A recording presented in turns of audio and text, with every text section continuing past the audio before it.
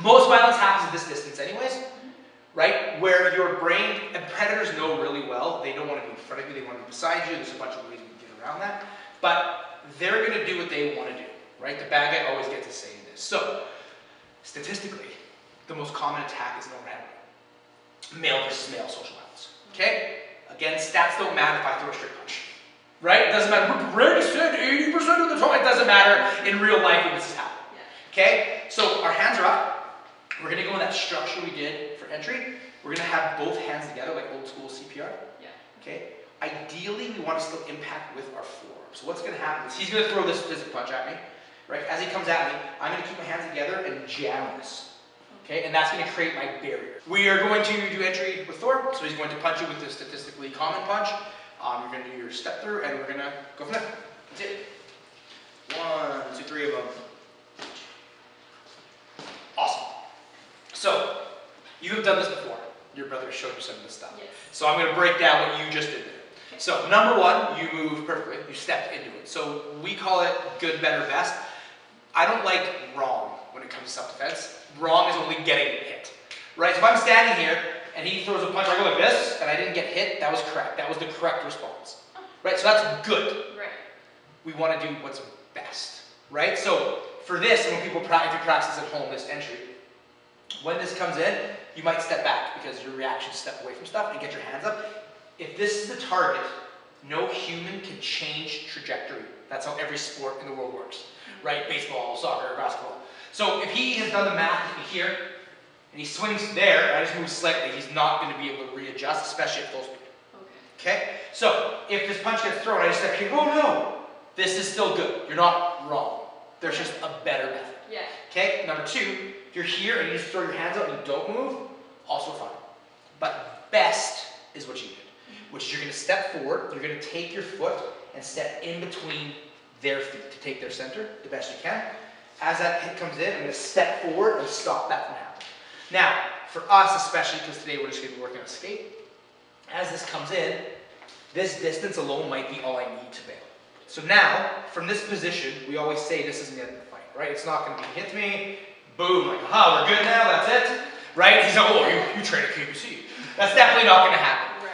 So you're going to need to get away, right? And so there's only 4 things you can do in any self-defense situation. You can escape, you can try and disable them by knocking them out, breaking a limb, throwing them, etc. You can try and control them by restraining them, which is by far the hardest thing to do. And the last thing you can do is accept what's happening to you. Sometimes that's the best choice. I hate when people try to critique the winner. And to me, the winner, if you're telling me the story, you won. You didn't die. Right? That's the most important part of this. So there is no way anybody can talk to me and what I'm going to say with it was wrong. There is no wrong. There's just good, better, best. Right? Okay.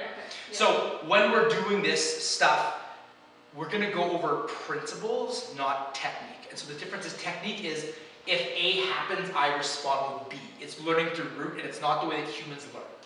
The best way to learn is through problem solving and play. Fighting is just high-speed problem solving. That's all it is. So when this hit comes in, if I have by root, okay, then I move this and I hit this or whatever, that is good, but you might not remember that under duress, especially under threat, right? And luckily, females usually retain that capacity better, so they're better technicians. And if you look at any mixed martial artist or kickboxer, the females are almost always more technical. Guys rely a lot on size. Right? So when we're doing this, as we come in, you're still going to hopefully have your wits about you. Okay? And then later on you might get the shakes. But from here, our goal is to not be where they are strongest. So this is just basic biomechanics. Human beings are designed to fight forward. Right? Nobody in the world has ever pushed a car out of the snow with a kung fu staff. It's never happened. Yeah. Right? So obviously if I want to fight Thor, I don't want to be where Thor bench presses. Right? And even a slight degree to the side is going to take away a lot of his strength. If I asked Thor to do his max bench press off to the right, he would never do that because his shoulder will be destroyed because it activates different stabilizer muscles. Okay? So for us, we want to find at the end of this, ideally, our hips, the front of our hips facing them, so they're on our power line, and their hips facing away from us. Okay. So they are weakest, right? Now when we're coming to this kind of stuff, getting behind people seems to be the common tactic, and it works really well on the ground for groundwork. But while standing, if he is strong this way, then conversely, he can use a lot of the muscles this way. I know a lot of people whose bench press is equally strong to their row. Right? So from here, he can row backwards and do equal amount of damage. Yeah. I've never seen anybody's anterior fly be anywhere close to their bench press. So human beings are weakest from the side. Okay. These muscles are the weakest. There's no way he's gonna, what do you bench? Some ridiculous number. There's no way he's gonna get even maybe a third of that up. This way. Not even a third. Like, it's crazy how much weaker you are. So for you, you're not getting any bigger. You're fully grown. Right? So we need to take as many mechanical advantages as we can. So against somebody bigger and stronger, you have to go to where they're weakest. Makes sense. We call this the dead zone. Okay? You want to have your mass behind their elbow. Okay? If I'm here, he can still turn and hit. Right? If I'm here, if he turns, my mass is here, they can't activate their strongest muscle groups. We teach 2 methods. There's infinitely more methods. We're going to show 2, and I'm going to recommend 1 to you because of your height. Okay? Method 1 for myself or people with injuries, bad hips, bad knees, bad ankles. As this comes, we're going to do entry to stop this. Okay? For us, we're just going to clear this and get the side. My hips facing him, his hips facing away from me. Okay. That works if you're taller than your attacker, which happens very rarely, or if you have, again, bad joints, because you have to work with the body you have. Yeah. Right? I have had Achilles tendon surgery, so I have to be aware that I'm not as good on my left side, and that's never going to go away. The second method we call the duck under, and it's been used since the human being used to wrestle. As he comes in, one, we're going to handle it to stop this from happening. There is a doorway right here, especially for somebody around your height. If I was to punch you, the best thing for you to do is just slip under this and then get beside it. So when we're doing this, I want you to get this side. We're going to hit, boom, for you, I prefer you duck under because it just makes sense. But I want you facing, and I want your hands on his shoulder, like so, and I want you behind this elbow. Okay. Okay, because from here, then I can make a decision. Do I want to disable them? Do I want to restrain them? Or do I want to run away? Right.